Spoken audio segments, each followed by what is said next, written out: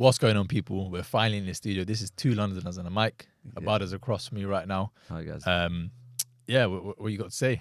I don't know. Well, we're officially here in the studio. Finally, we've been kind of trying to work a lot behind the scenes, trying to get this sorted out.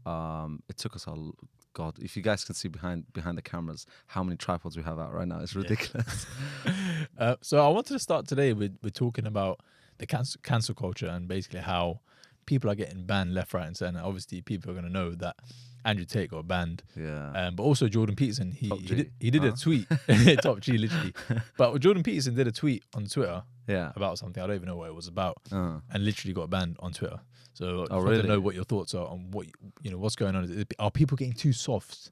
And is that the reason why everyone's getting banned? Is free speech finished? What's going on with social media? That's a very interesting point. I actually have this kind of discussion with a lot of friends as of recent as well. I think, first of all, it depends what some people may define as free speech. In my opinion, free speech is fine as long as as long as it doesn't insinuate actual violence maybe, or perhaps it's not too offensive to maybe religions, because religions, I think the reason some people go like, well, where is the line for offensive? But things people don't understand that when it comes to certain religions, these date thousands and thousands of years back. So this is not like a new concept, right? But we do definitely live in a generation where a lot of people, they call it snowflake generation. Everyone's just too soft, bro. Anything you say, literally. report. And I think what's dangerous about cancel culture specifically is the same group of people do it. It's not you and I and some random people that we know. It's actually this group of hardcore people who are probably on these like forums together, and they're like, every time like someone does something quite ridiculous, to be honest, oh, let's cancel them. And what's bad about it, they don't just cancel them. I'm talking they destroy their lives. I'm talking they get them to lose their job, their money, freeze bank accounts, ruin the banned of social media. Like, that's very extreme. Definitely. Yeah, I don't know what you. It's interesting.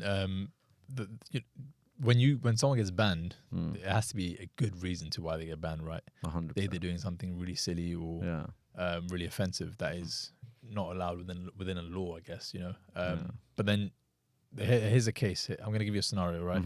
Which actually happens. So you got models who are on OnlyFans promoting sexual stuff. What is OnlyFans? I think you definitely have subscribed before about it. Yeah, don't be guys, like this is the face of a guy who's never heard of OnlyFans. Let's just be honest. So people promoting that, girls promoting that, and then guys are subscribing. They're paying money on a monthly basis, right, to subscribe to someone who is posting sexual content. Yeah, but they're not getting banned. How is that allowed? How are they posting this stuff on Instagram, social media? They're promoting this, and that's causing issues to young males who are addicted to pornography, addicted to their sexual nudity, all this stuff, but they're not getting banned. And people are probably addicted to paying for this stuff. I remember Larry Wheels, one of the famous bodybuilders, he was actually addicted to Was it the black guy, right? Larry Wheels, I was literally going to bring that idea. I was like, there was that guy. I remember him as Lewis or Tyron or something like that. I got him confused. Bro, he talked about how it destroyed his life. And a lot of men actually go through this, but men, because they are not provided, what's the word? Like they look at this the sense of security for both, the civilization as we know it, families, whatever it may be. They are the protectors, quote unquote.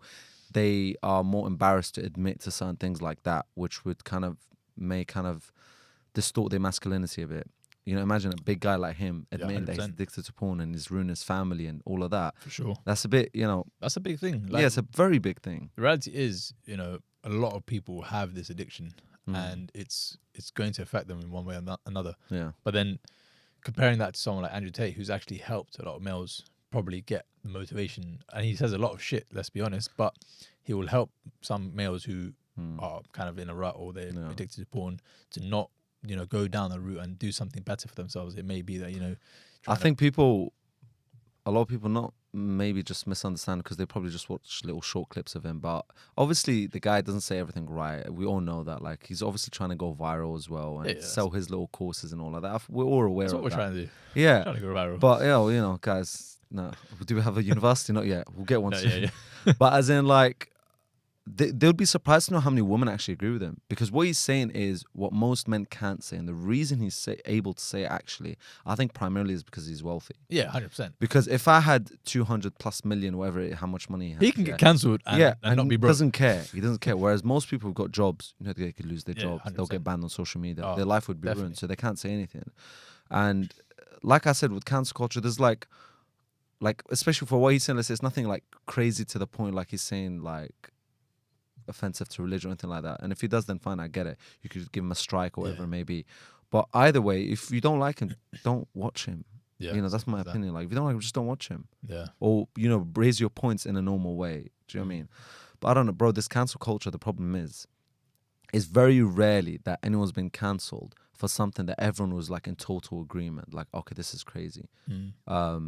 Like, I think the last time, Logan Paul, when he got cancelled, was for mocking that Suicide Forest. Yeah, that was a bit mad. Yeah. And yeah, to be fair, he did deserve that kind of like cancel. But then obviously he made it out, whatever. But I don't know, bro. It's about following quote unquote the law, but then again, the law itself is man-made, and it's made by politicians, and they change it every couple of days, whatever it is. Even the guidelines on social media, whether it's YouTube, whatever, they change it every now and then. Yeah. Oh, now this one's offensive, guys, so you got to stop talking, and this is offensive, and we're like, well, what the hell are you going to talk about? I feel like we live in a day and age where comedians speak way more truth than politicians. Yeah, politicians have always been liars. Let's be honest. But I mean, if you're a politician out there, I don't think you're a liar. Just so you could get those connections, but you never know. I don't want to get banned from every country in the world. Yeah, no, we're just joking. Just certain politicians. So what would you say then to the youth who are watching, who are kind of ingesting social media on a daily basis, and there's so many mixed messages to what you should be like as a male? What is your kind of idea of someone who wants to be masculine, who wants to kind of be able to be known as a man and not someone who's a soft person? You can still be soft as a man. You need to have you mean you could be what do you call it, forgiving and patient and like gentle, but still a man, obviously. I think, is it skewed? Is the way a man has to be is skewed now because of so many 100%. I think the emasculating men like on a crazy level right now, like on a crazy level. I feel like just physically, even looking at most men these days, they don't look very manly. Yeah. And I know like physicality is only one element of it, and then there's still mentality and courage and bravery. That counts more than actually be physically big. But on many different aspects, men are not looking like men anymore. Let me pause there for a second and talk about body positivity. That's a big thing like at the moment, 100%. And I think it's a load of shit, to be honest. Yeah. Body positivity to some extent help some certain people who are, they got a bit of extra weight, and yes, they're still working out, they're still healthy, but they've got the extra weight because they don't mind it. The best way to put this is look at a sumo wrestler. Yeah, they're at that weight for a reason. They have to have 10,000 calories a day so that they can perform in their sport. But they're still pretty healthy. The stuff they eat is not junk. You're going to be having junk to obviously put on the extra fat because they need it for their sport. But they still understand why they're doing it. So in that aspect, it makes sense. Yeah. But if you're just being body positive for just because you're lazy and you don't want to lose weight, then that's wrong. So you stop putting burden on the NHS because you've got these health problems because of your overweightness. And just actually I think you're raising a very good point, is that the whole concept, do you know why a lot of these concepts don't exist in third world countries? So guys, if you don't know, I'm originally Middle Eastern, Syrian Lebanese, so I come from relatively war-torn countries, you could say, and I've lived there for over a decade. So in case anyone says like, "Oh, do you visit?" Yeah, I know it very well. So I'm, and you're originally guess where I'm from. Yeah, so you're originally from Pakistan. I mean, Pakistan definitely is much more well built, you could say, than I would guess like Syria, Lebanon right now in the current midst of the war. There's still a lot of places, but there's still like not UK level, obviously. Yeah, 100%. So coming from these different countries, and I've been to Africa many times, and I've been to all these different countries. The reason these countries don't talk about this stuff is because they're too busy trying to put food on the table, do their roles in society and in families. Like, they're more busy with actually important stuff. I feel like here, if you guys have ever been to LA, I haven't, okay? But I know a lot of people who are from LA or they've been LA. It's similar to London where that it's a bubble. When you live in countries like quite advanced countries like the US or UK, especially these two countries, they are a huge bubble where everything revolves around themselves. And they think they got that superiority complex where they think they are better than everyone else. And therefore, like, everything they say, like they spend their time talking about almost useless stuff like no one cares about even the word itself realistically. Like it serves no benefit, the word body positivity itself. What's important is like, okay, be confident in your body, bam, bam, bam. This is the plan of action to execute to improve your body, whatever it may be. And that's it, you just move on. But now everyone's so sensitive. I think what it is that people are using it as an excuse. 100%. And if you work in the NHS, like I do, I'm a physiotherapist, Yeah. and I see it on a daily basis, a lot of the people that have problems are the ones that are overweight. And why do you think they're using it as an excuse? That's my question for you. Because they're lazy. They don't. Because they're they don't- spoiled. Yeah, you could say that. Because if you had children The right now society we in live any country and you gave them like a lot of wealth, a lot of like, you know, attention, everything was given to them, right?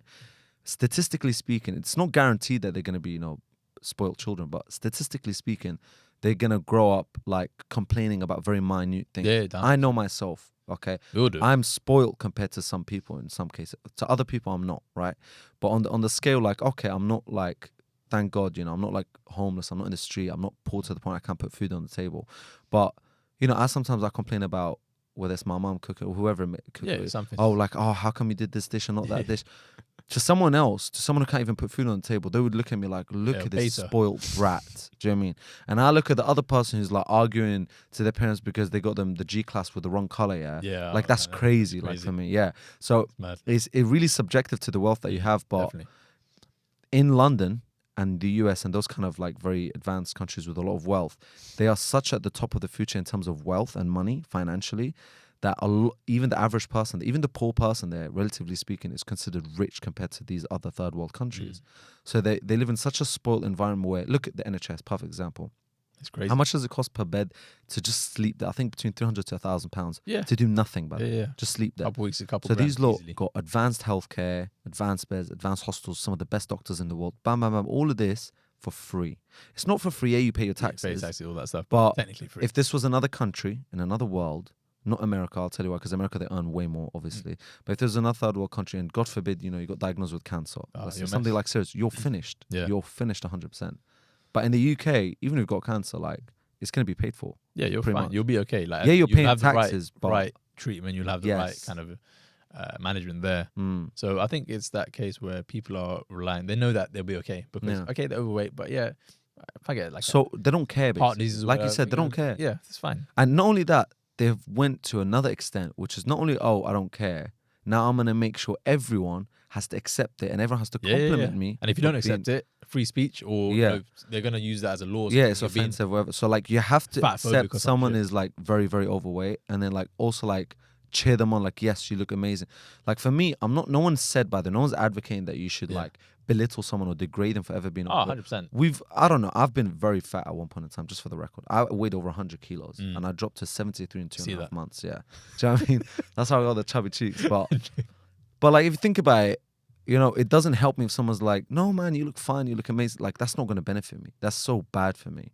You know, so it's just... No, it's not about degrading someone, definitely. If I saw someone on the street who's fat, I'm not gonna say you're fat. If, bro, your job, Yeah, one of I your work- main I jobs, work you with- work I work in with- fitness, you work in I can't do improving that. That's people's not what I bodies. do. That's not. And I sympathize with the people who are fat Yeah. because obviously there may be certain cases to why they are eating loads, and it might be, you know, they're depressed or they've got psychosocial issues going on. Yeah. But the reality is, if someone's on social media and they've got 1 million followers, but they're huge and they're promoting that body positivity, imagine that their fans and their supporters are looking up to them, thinking, you know what, I could actually be fat, Yeah. and it's fine. You know, in their mind, they might be seeing it as it's not going to affect my health. Yeah. It's not going to give me any diseases because this person he's got 1 million followers, he's making money out of this. That's what I'm saying. So And why you can't got I do even it? celebrities are actually so much more dangerous than us No. commoners, as you could call Yeah, us. 100%. Because they have these millions of followers. So when one of them advocates for one thing, most people are like sheep, so they just follow the crowd, whatever.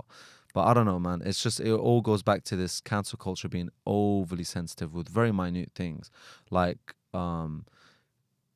I think religion is definitely a sensitive one. Yeah. And I think that's something you could definitely not cross because this is something, I get it, it's a bit, you know, subjective what I'm saying, sorry, a bit biased, but it's definitely something that dates, you know, thousands and thousands of years back. It's not some, you know, new, like you got millions and millions of people follow these religions, billions in some cases, yeah.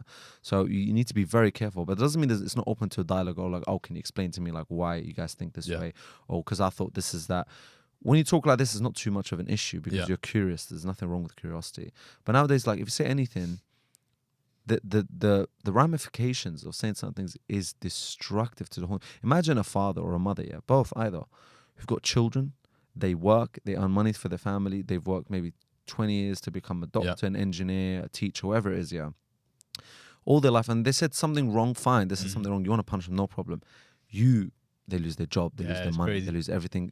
One video. Could end up homeless. They could, like, anything, their children, that might lead to a divorce. You split up a whole family. This is so destructive. Yeah. And, like, talking about Andrew Tate, when you were saying, like, obviously I know he's quite rich, so it doesn't affect him. And he even said it's not affecting him in any way, shape or form.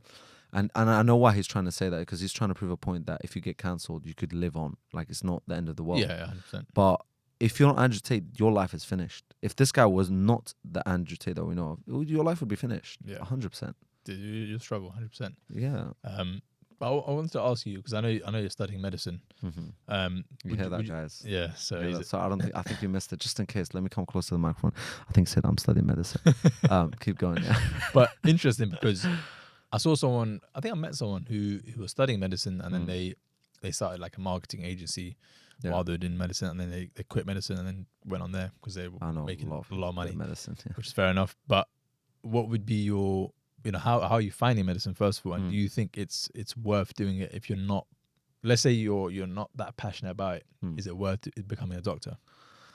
So I'm very, very passionate about medicine. My dad's a doctor as well.